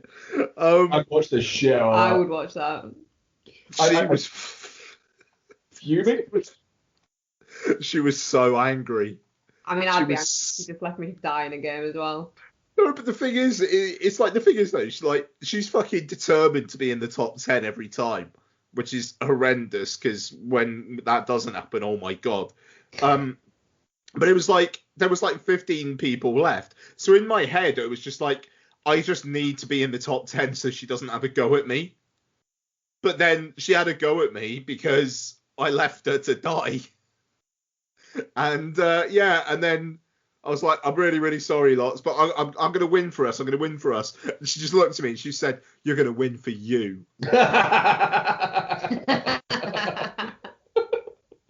Did you look at her and go, "Fuck you, loser"? No, I didn't. But I mean, it's fucking Fortnite, you know what I mean? But then it's like, I say that, it's like, so she shouldn't be that bothered about it, but neither should I. I should probably just go back and help her. Yeah. I mean, But then we'd both, so yeah, anyway, I'm an awful father, but she's got a shitload of victory royales. Her battle pass is leveled the fuck up, basically, because I do all the killing. So you know not going to feel that. She won't remember any of that. Do you know what she'll remember? Me leaving her to die. Exactly. Yeah, fucking right. It's probably something I'm gonna talk about in a fucking like my father of the bride speech. You should do. Anyway, oh god. Fortnite's fun. I don't know. like with the kid. I wouldn't play it by myself, but it's quite a laugh with her, to be fair. Anyway, so I've been doing a lot of that. What else have I watched? Rewatched School of Rock. All right, fair enough. Yeah, so Donna and I were just looking for something to watch that was suitable for Lottie being in the room, and we stuck it on. Yeah, I like School of Rock. It holds up. It's relatively timeless, to be fair. I mean, I think it was 2003, so it's getting on for 20 years old. But the music's classic rock enough. Like, there's nothing really nothing much contemporary other than like the Battle of the Bands songs that they're playing, which kind of makes sense. But the rest of it's like classic rock kind of stuff. So it suits there. You know, the kind of like the uniform get up that they have at the end is quite AC/DC. And yeah, it's funny. It's sweet. Jack Black's obviously having a laugh with the kids, and the kids are vibing off him pretty hard. So yeah, I really like School of Rock, and I think it holds up. The only thing that bugs me about it is the fact that it's called School of Rock, but the title card says The School of Rock. Make your mind up. Make your mind up. Only one other thing actually this week, as far as I can remember. So, you know, Sunday night, I'm thinking, shit, I've got to watch The Devil All the Time, and I've got to watch Antebellum before Wednesday. I'll be fine tomorrow. I'll be able to watch Devil All the Time and Antebellum, no problem. I'm gonna watch Charlie's Angels, not the new one, the McG one. Fair play. This film is fucking. Yeah. Sorry. Me and Bex watched it earlier on this year. I think it was earlier on this year. It was during lockdown, wasn't it? Yeah. Yeah. So it was earlier on this year, about 2.5 years ago. Yeah. I don't remember you two talking about it at all, which kind of like it gives place to that, I suppose. I like it, and the thing is, I remember fucking despising Charlie's Angels Full Throttle, so I'm going to watch that before we next record. Obviously. Yeah, it's on Amazon Prime as well, so it's fun. Bill Murray has got a lot to do in it, and I love the fact that his whole energy is, I'd really rather be somewhere else. You know, I will have fun while I'm here, but I'm not that bothered about it. And what am I? I'm in a sumo suit having a fight with Tim Curry now, am I? All right then, fine, that's cool. You know, the bit where he's come on to by the woman, he's just like not really feeling this at all. It's good shit. Crispin Glover, fucking fascinating. Smokes the shit out of cigarettes and then has fights to smack my bitch up. The Kung Fu-y Matrix knockoff sequences are insanely year 2000, and I love them. Sam Rockwell dances. I love the fact that he's just this mild-mannered, geeky guy, and then suddenly becomes Captain Big Dick Energy. Yeah, it is the most Sam Rockwell of Sam Rockwell-ness, isn't it? Yeah, it's literally brilliant. Is like McG went, hang on a minute, you dance a lot, don't you? Yeah, right, let's just do that. And he does it several times during the film. It's great. Yeah, I think it's fun. Entirely throwaway. Very, very, very, very silly. And do you know what? I think I'm hoping I have less of a stick up my arse about Full Throttle. I don't remember it at all. I just remember fucking hating it. What I'll say is, when we watched Charlie's Angels, we were very much after it. We're like, do you know what? That is an awful lot of fun. It was, wasn't it? Yeah. No, you know, nodding. Yeah, that she's there doing the podcast, Becky. Sorry. Yeah. No, I was just sorry. I Instagram, his Film Her Movies latest post has just come up, and they're doing like the wibbly wobbly timey wimey episode, and one of them is clearly 13 going on 30. Can I just ask, has Jordan picked fucking Primer for his? Yeah, because of course. Of course he has. No Jordan, no. Oh, we are a Pod Syndicate podcast. Listen to other fantastic podcasts, such as his film, Her Movie, where Jordan will be Jordan. 13 going on 30, and Jordan will be Jordan. Transfer Press, Put That Iron Sequel, What's on Tap, Editing of Landfill, various other bits. Charlie's Angels is a lot of fun, yeah. Yeah. It's very good. Cool. Do you know what? Great cast as well. Like, I think the Angels themselves. It makes sense for that time. Yeah. Their chemistry is great as well. Like, you've got, obviously, the Lou Bot in there who always feels a bit out of place in any ensemble cast because she is a robot. But, like, Cameron Diaz and Drew Barrymore together are really good. So is that your last one, then, Ian? It is indeed. What are you watching this week, Becky? I haven't watched anything on my own. We've only watched one film. No, we haven't watched a couple, but they've been playing it for. Yes, so we can't talk about them. We can't talk about them. Can I talk about them if you close your ears? No, you can talk about Stretch if you want, yeah. I'll only briefly talk about it because obviously you'll be talking about it at length. I've not seen Stretch before. Wow. I honestly haven't. Because I have changed my mind about the orders of the Chris's. And I think you might be right. Are you pining for it? Just on a pure range point of view, I think Pine takes it. I will say that, and I will happily say it again on Playing It Forward. Chris Pine is doing some shit in Stretch that, honestly, it is up there as one of my favourite performances of all time. And I implore everybody to continue to, when you're watching it, if you do watch Stretch, don't fucking let Netflix kick you out of the movie.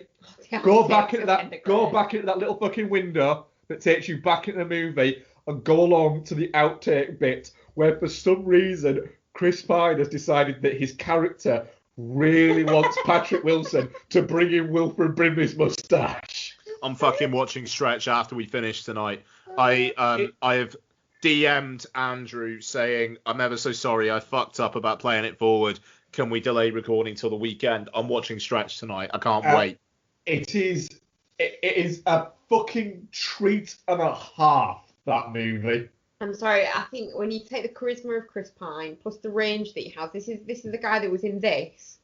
Clearly does like a dressing up ensemble in Wonder Woman, is James Tiberius Kirk, and is in Hell or High Water. Like, that's some fucking range right there. And those blue eyes. I think he has to take the best Chris mantle. The thing I've always said about Chris Pine is he is a pure character actor trapped inside a movie star's body. And what a beautiful body. And he is. And those eyes are ridiculous. And also, an off thing with Chris Pine that is outside of the acting thing and things like that. Have you seen what he does with his get-up? He buys random, like, mad shit clothes that he sees. And then just to wear it, just to go to the fucking shop and things like that. Because he enjoys the fact that photographers will take pictures of him wearing, like, a fucking weird ensemble to go to the fucking shops. And then it'll appear in some kind of gossip thing going, oh, Chris Pine wearing this. And he's thinking, I just bought it just to fuck with people. And but he's fantastic in Stretch, and I will talk about it more on Playing It Forward. So if you want to listen to Playing It Forward, we are a Syndicate podcast. But yeah, so that's Stretch. So what else have we watched, Becky? Dracula. We watched Bram Stoker's Dracula. Because why not? It's fucking... It's fucking treat, that is. I always forget how batshit mental this fucking film is. Properly is, yeah. Right, no. Hold. I have been itching to rewatch this for the longest time. Yeah. Are you guys all right if I watch it over the next week and then we talk about it next week? Absolutely, we will do a feature review of Bram Stoker's Dracula. Brilliant. There's a lot to unpack. Yeah, I've had it on 4K for the longest time. I'd really like to give it a go. It's on Netflix. Oh, I've got it 4K on iTunes. Over it, mate. Watch it. Yeah, let's definitely do that, because I could quite easily even watch this again before we do that. I mean, that means we have nothing to talk about. No, we do, because we have Dragon the Bruce Lee story to talk about. a movie which I actually sent Ian saying a message about this movie. He was talking about it, saying, "Ian, did you know there was a computer game?" I had the computer game for this movie. Yeah, that computer game's fucking fascinating. Like the way it seems to actually hold with the story of the film, and then suddenly it's him fighting two women. It's like that didn't happen. I think the whole ethos of the world of Dragon the Bruce Lee story could be summed up by, well, that didn't happen. So this is the thing about the Dragon the Bruce Lee story. It should be called Dragon a Bruce Lee story. Yes. It is. It's a Rob Cohen movie. Can I just point out? I think it's his third movie. Yeah, so it's from the guy who did The Fast and the Furious. Rob Cohen, who I think a little bit is kind of a film bastard hero in a little few ways, because you've got Dragon the Bruce Lee story, Daylight, The Fast and Furious, Triple X, Breaking and Alex news. Cross is in there. But, Breaking news. well, Ryan Reynolds is in talks to buy a share of Wrexham Football Club. that does not surprise me. Apparently, him and Rob McElhenney from It's Always Sunny in Philadelphia are looking to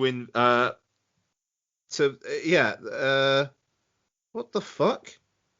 Apparently, they might be buying Wrexham. But did you see a thing today that came out about Burger King? The FIFA thing. Yeah. Fucking brilliant. Did you see this, Becky? No. Mild tangent, and we'll get to Dragon the Bruce Lee I'm story ever in a so second. sorry, but No, wow. that's fine. So Burger King decided to sponsor Stevenage, who were bottom of the Football League when they sponsored them. So they're a shirt sponsor. The sheer idea of what they did was they realised that if we sponsor them with their shirt, they're on FIFA. So what they did was, if you uploaded to a social media page a goal featuring you playing as Stevenage, Yeah. right, you basically got entered into prize draws to win Burger King vouchers and various other things. They managed to make Stevenage the most used team on FIFA Nice. via this. Also, Stevenage had one of the biggest shirt sales of any club outside the top two divisions in England. That's crazy. Yep. Well done. Well done. Yeah, he was just saying that Ryan Reynolds is apparently in talks to buy a share in Wrexham Football Club. Okay. How do you answer Ryan Reynolds from Dragon the Bruce Lee story? Breaking news. Ah. We're a breaking news show Yeah. for 11 days' time. Patreon.com, it's only going to be 2 days old, breaking news. So Bruce Lee, the Dragon Story, is directed by Rob Cohen. Not Bruce Lee, the Dragon story. It might as well be. Let's roll with it. Let's go on. Come on. Stars Jason Scott Lee, no relation. Lauren Holly, Nancy Kwan, Robert Wagner, and a bunch of other people show up. So what is it the story of? Well, funny enough, it's the Bruce Lee story of how he became Bruce Lee and his life and times and his demons. Literal demons. demons. Ian, first watch for you, wasn't it? Indeed, yeah, it was on Netflix on Friday night. It was just Can I like, ask you a question then? What prompted you to first watch a 27-year-old biopic? it was on Netflix. And you thought, fuck it, why not? Yeah. Because Yeah. I have a long-standing love for this movie. I had it on VHS, and I even snuck into the cinema to see this movie How'd you go? on my own. Wow. So I've got a long-standing love affair with this film, and I still love it to this day. Ian, what did you think? Yeah, I mean, it's very, very, very fucking silly. Yeah. And if you actually want to learn anything about Bruce Lee's life, I don't know. There's probably a scene every 20 minutes or so that's true. I mean, I would say that's pushing it. Yeah, no, quite. But I don't know. It was entertaining. Like I was reading on Wikipedia about it after because I was just a bit like, what the fuck? And Rob Cohen was saying that he wanted to dramatize like Bruce Lee's life and make like the encounters that happened seem larger than life. But I mean, it did get the bit where he's filming Game of Death. And then the people come to have a fight with him, and he fucking punches that ice block. I don't know. It was a bit.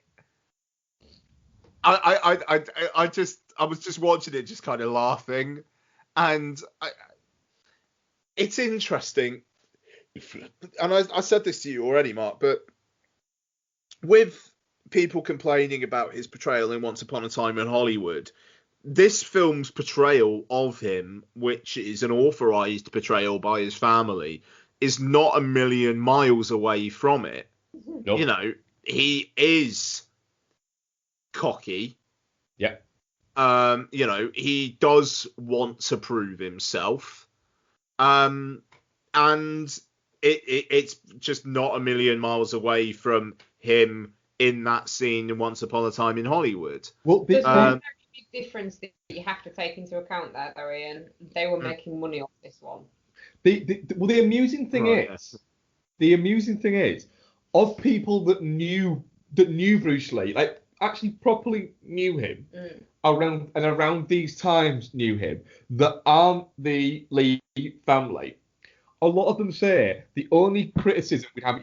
It's cool that they've very much dramatized a lot of this. The only criticism we'd have of the portrayal of Bruce Lee himself is he's nowhere near cocky enough in this movie for what he was in real life. Like the challenge thing that he had with the martial arts community at the time in Los Angeles, that happened. Yeah. Not quite the way that they show it in here, but the fight wasn't over him teaching ways to Westerners. It was the fact they just thought he was a bit of a prick. Well, I mean, oh, sorry, guys. Night, monkey. Love you. I'll see you in the morning, all right? See you in the morning. Right. All right. Sorry about that. Yeah, no, I mean, this is the thing. It's, I mean, that bit where he's fighting to basically for the right to be able to teach wouldn't have looked out of place in fucking Mortal Kombat. Nope. Like the setting and whatnot. I mean, it's fucking ridiculous. But it's charming. Jason Scott Lee's good. I'm glad that Lauren Holly literally isn't just like a cum bucket for him. There's more to her than that. And sorry, that's a horrendous term, but it was just like, there were moments where she's kind of like holding her ground and whatnot. Oh, yeah. But there's also like at some points in the film she basically is the baby mama. There's a great moment where when he's in traction, she literally fucking turns it off while he's upside down and chews him out. It's actually a really good scene. Yeah, but she becomes a bit more of just like the nagging wife towards the end, which I thought was kind of disappointing. Sorry, Bex. No, I was just saying it was based on a book that she wrote, wasn't it? Yes. Yeah. I mean, I don't know. I thought it was fun. I thought it was good Friday night stuff. Very, very, very silly. And the end weirdly anticlimactic, where it's just like he fell into a mysterious coma and died, but I don't want to talk about that. I want to talk about his life or whatever it was. And it was like, I don't know, man. I wouldn't mind finding out a little bit about how he fell into a mysterious coma, but you do you, I suppose. The weird thing is, the scene. There's a scene that references essentially his last moments. What, he asked for the party? Where he asked for the aspirin, which is what actually happened. He was in a meeting, he was doing some work, and he had a headache, asked for aspirin, and then a few hours later fell into a coma. Yeah. But they put it In the middle of the film. in the middle, not in the middle of the film, but they put it with other stuff happening after it. It's such an oddity. And the obsession with demons is weird. What do you think, Dexter? You have seen it before, haven't you? Yes, I have. And to be fair, I think it was one of the first films you showed me. Probably. When we started seeing each other, was the Lee bit in that? No. Stressed on purpose. No, it wasn't. But I'm just that much of a professional. It just happens. Just happens. Yeah. So I think we've watched it a couple of times, but not like huge amounts, and it always kind of, I think probably because of obviously you showing me as part of my cinematic teaching, has always kind of like held a bit of a kind of place for me.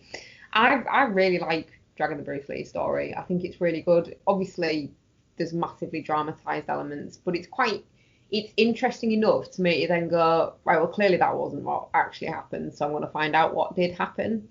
I think as well, like, I don't know that I've seen, and you told me that I have seen some Bruce Lee movies, Yeah, but I couldn't name them. And for me, the kind of touchstone would be Brandon Lee, given that The Crow is an awful lot higher up in my estimations than any Bruce Lee films. I can't remember any of them. And just kind of seeing like that bit of it as well. He's kind of like he lost his dad at such a young age, and then for him to die at such a young age, it's like maybe the demons are real. But obviously, like it's a film that's taken metaphorical demons that people are haunted by and turned them into physical demons. So like it's kind of an interesting way to go about it. But yeah, you have to kind of take it in the tone with the tone that it's intended. You can't take it too seriously, otherwise it's just going to make the whole film look daft. But if you can kind of suspend disbelief a little bit, it's a really good watch. I think I said too. It always very much is the right. Let's tell the fucking legend of Bruce Lee rather than the story of Bruce Lee. And I dig the fact that it just goes that way out. It's very much a fantasy film that takes Bruce Lee as an idea rather than as an actual character. But it's so weird in the sense that they focus on really odd things. So they don't get that he's confident, but they don't get that they don't put across that he's brash and cocky. But then they do put across that he's a bit of a horny dog. They do try and get that across. Bruce Lee fucks. Bruce Lee fucks, yeah. They get that across, but it's also like right in the first scene that he's in as an adult. Yeah, he literally breaks a fight, takes the girl home. He says that girl fucks her, and then goes off. And then first thing he does when he gets to America, gets a job, bangs a waitress, goes to college, bangs a college girl. Yeah. It's a Bruce Lee fucks. But it's an awful lot of fun time spending with it. And I remember when I first watched this, I'd been like 10, 11 years old. And at the same time, I got a couple of early Brandon Lee movies. And I also got a documentary around the same time that was about Bruce Lee and Brandon Lee. And I think it's actually called something like Marked for Death. It was a documentary about their lives. And it was a bit mental. Sorry, I've just seen the thing that Mike just sent on the WhatsApp. Sorry. You might want to take a look at that. Yeah, and it was so odd watching that and then sort of watching it dramatized of this, because it was just like, oh, so these are completely not the right thing then. Yeah, what was it called? Yeah, I can't find what it was called, but yeah, it was such an oddity. But yeah, it's still a film that I hold a lot of affection for, just for the sheer, just outright ridiculousness of it all. I think that you can kind of celebrate it for that. Yeah. I do think a sign of a successful kind of biopic type movie is if it makes you want to kind of explore the actual reality and the person who it's biopicing's work, and I think this does that. Yeah, I think it absolutely does. It makes you want to look at it and go, right, I need to know which bits are this. No, sorry, it was called Death by Misadventure, The Mysterious Life of Bruce Lee. Right. Yeah, it was a documentary. It was a bit mental, to be honest. It'll be on YouTube, guarantee it. Of course. So what do you think then? Because I'm definitely not shit on this Definitely movie. not shit, yeah. Oh yeah, definitely not shit. It's a good time. Good.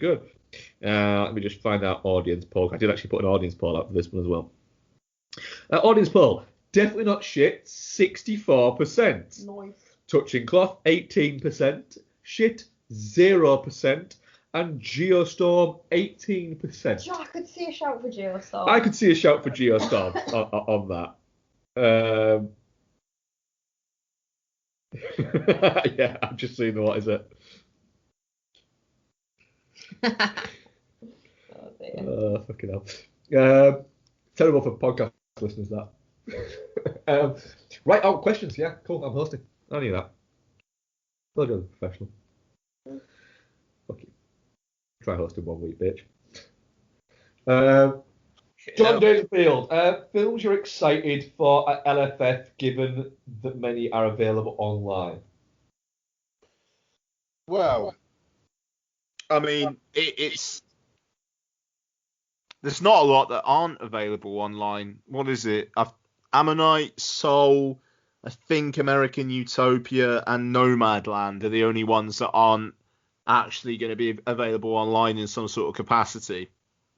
I think isn't Nomadland but it's a limited screening. For the press screening, but not for the public. Yeah, the online limited screening. Yeah, so I mean, in terms of like films that folks without press credentials, I'm trying not to sound fucking smarmy. Things that people who don't live in London, who don't have press credentials, would be able to see that we're looking forward to. Another Round, the new Thomas Vinterberg film starring Mads Mikkelsen as a guy who tries to live his entire life with a 0.5% blood alcohol level, so he's constantly buzzed. Yep, I'm up for that. Which sounds fucking amazing. I'm sure there'll be some like downer points to it, but I'm quite looking forward to Mads Mikkelsen living his best life, being slightly toasted. Especially Mads Mikkelsen, who is literally the face of Carlsberg. Carlsberg, yeah, quite. Mogul Mowgli, new film starring Riz Ahmed, looks pretty good. Quite looking forward to Shirley, the one with Elizabeth Moss. I'll watch it. Wolf Walkers, the new one from the people who did Secret of Kells. Heard good things about The Disciple as well. Yes. What about you, Mark? Possessor. Looking forward to that. Disciples, looking forward to that. Relic. Yeah. I know it's not in there, but I'm very much looking forward to American Utopia. What about Siberia, the Ferrera? Oh yeah. Oh yes. That's the one I was forgetting. There's one in the back of your brain where you're going, "There's one you're missing." Yeah. That's just because it's a new Albert Ferrara movie. Is Supernova not at LFF as well? Oh yes, Supernova. Yes. Yeah, absolutely. Is that your specs? Yeah, I would say so. I haven't done an awful lot of digging into the into what's showing, to be honest. I'm the one out of the three of us that doesn't have press accreditation, so. I mean, you didn't apply. But I mean, yeah, to be fair, you do live with someone who has press accreditation, so I think Yeah, it I probably. didn't realise you guys were doing this whole thing until you actually got it through. So I haven't done an awful lot of looking into it. But yeah, Supernova, I'm really looking forward to seeing. Cool. Yeah. I'm also looking forward to just going, fuck it, yeah, I'll watch that. Yeah, To something random and watching it and going, that was really good, that. That's where I'm at with it. I just want to be surprised by stuff. That is the good thing, we've been, between me and you, Ian, we've been at quite a few festivals together, and it can often be something that you're just not expecting, that you'll go, that was really good. Great places. I remember we did one called, really early on, all of us really hungover at like 9:30 in the morning. We did a near 3-hour documentary called Eurocrime that we all fucking loved. Didn't we? It was fucking ace. And it was brilliant. Really and it was just a documentary that had a man in very tight pink shorts at one point who just seemed incredibly sexist. But he was Italian. Yeah, I mean, LFF, like the first LFF I ever went to, I saw Wild Bill, the Dexter Fletcher's directorial debut. Didn't know what the fuck it was. I just put in, so it wasn't a press screening. It was like press had like, you could basically put in for like a lottery and say, right, on this day, I'd like public tickets to these films and put them in order of priority, and then you'd be told which ones you'd be able to pick up at the box office. I got Wild Bill, and it was like, no fucking idea what this is whatsoever, but go on then. And it was fucking brilliant. Wild Bill is a very good film.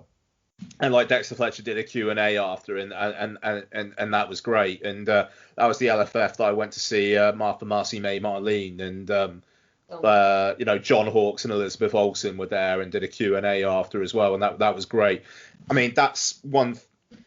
I really, really want to go all balls out one year, take 2 weeks off work, and just be in London for 2 weeks and just do LFF, like get a press pass and just fucking see everything, go to all the fucking conferences and all that kind of stuff. And hopefully next year that will happen. But the good thing this year is, it's the first year that Mark and Bex will be able to like watch this stuff as well. And the quality of the stuff that will be online will be, like, to be blunt, will be a lot higher than it has been.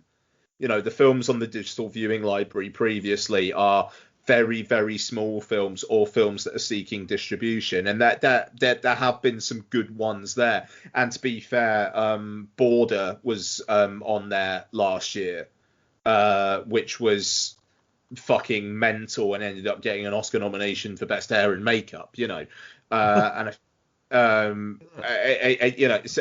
there are these experiences that you can have, but the first digital press screenings lineup comes out tomorrow, and I'm really excited. I'm really excited to see what kind of stuff, like good films, we can talk about in October, and talk about for you guys listening, and to give people a sense that there is good shit coming. Everything is not awful.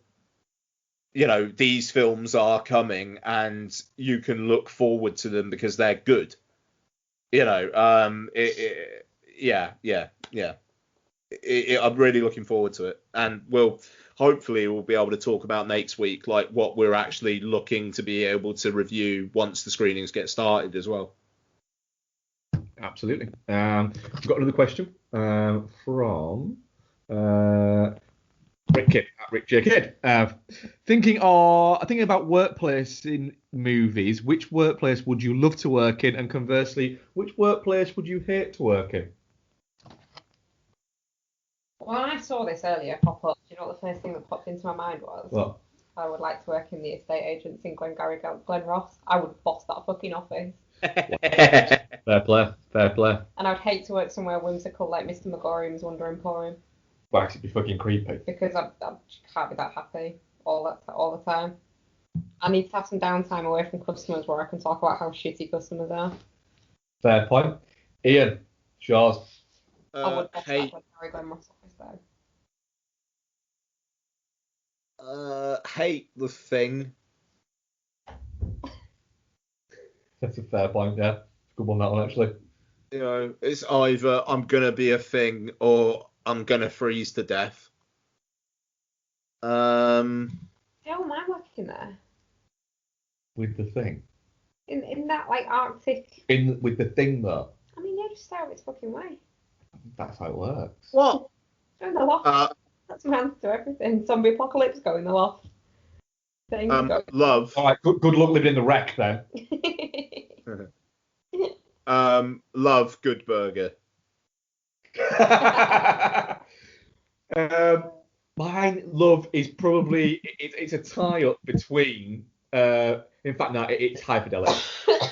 A close second though is Empire Records, but they're both record stores. But it's High Fidelity. Let's be honest. Your Clerks picture that you put on earlier made me chuckle. Yeah. And then hate, place that I would hate to work.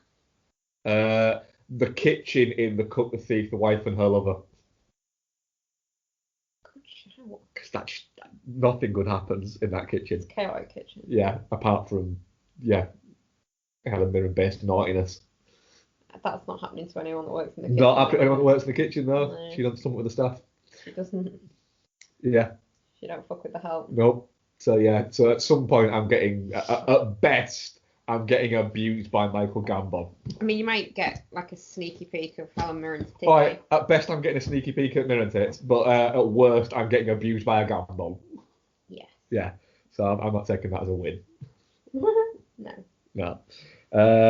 Yeah. What we're covering next week, guys? Welcome to Marwin. Dracula. Dracula. Devil All the Time. Yeah. Bumper fucking show. Yeah, Enola Holmes. This week back. Yeah. In the spirit of 2020. Well, I mean, to be fair, the next week's show will be the first one that will be released in October, so Dracula makes some sense. Yeah. I'm gonna watch Enola Holmes. Oh yeah. I'll watch that. Y'all can enjoy that. All right, fine, we will do. Be a misery. I will. Yeah. So that was episode 364. We thank you very much for listening. Thank you very much, Rebecca. Thanks, Mark. Thank you very much, Ian. You have to remind me what we said we're gonna watch. I will. Don't worry. Because I can't even remember when Playing It Forward records. Friday. Literally 2 days time. It's going to be fine. I'm going to watch Stretch tonight. I'm going to watch Sweet Smell of Success tomorrow. I've already seen Greta. And I'm not watching The Wave because it sounds really fucking depressing. Oh, no, you have to. It's really good.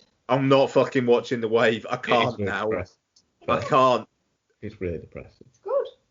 No, yeah, I'm sure it's good, but I'm not watching it now. Yeah, I can see Ian's point with that. Who picked The Wave? Like, was it Jordan? Who No, the fuck? Yeah, who the fuck do you think picked The Wave? Was it you? No. Oh, okay. What did you pick? What? Of course. Right. Stretch. So, yeah, there you go. Yeah. Who did you pick? Idiot's choice is usually me. Who did you pick it for? No. Okay, so what's left? Ian picked Greta for me. And George picked The Sweet Spot of Success for Ian. So is that like an arty-farty film then? So, no, not really, no. Comedy. Would it been a Jordan pick? I just wondered. It's an older film. Older film. Okay. Like a classic. Yeah, it is, but I've seen it, and it's a really good choice. Fair play. Yeah, it's a good time. Is what I'll say there. What's Greta about? Because I'm gonna have to watch it. It's really Yeah, bad. we're watching Greta tomorrow night. Yeah. Yeah. It's Martin. about who pairs a psycho bitch. Yeah. Chloe Moretz is her victim.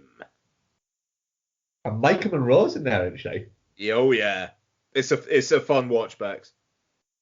Sweet Small Success sounds good actually. Yeah. Greta. Hang on. Greta. You're checking Greta. Yeah. Isabel Huppert. Hooper. Did you know they're doing an Isabel Huppert thing on Movie at the moment that we didn't realise that we have? Because I keep forgetting to cancel it. No, because you actively fucking signed up for it again after I cancelled it on iTunes. I have to get 2 accounts at one point. Alright, okay. I so much want to have Movie that I have 2 accounts. And then You're accidentally paying £20. £20. You don't even look at what's on. Fine, Greta sounds fine. Fine.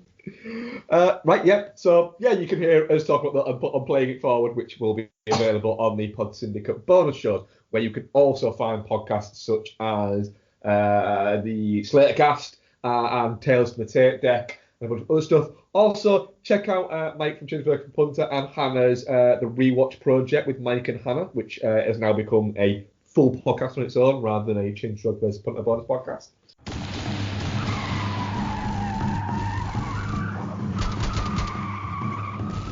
This podcast is part of the Pod Syndicate family. For more criminally compelling shows, articles, and conversations, head to wearepodsyndicate.com.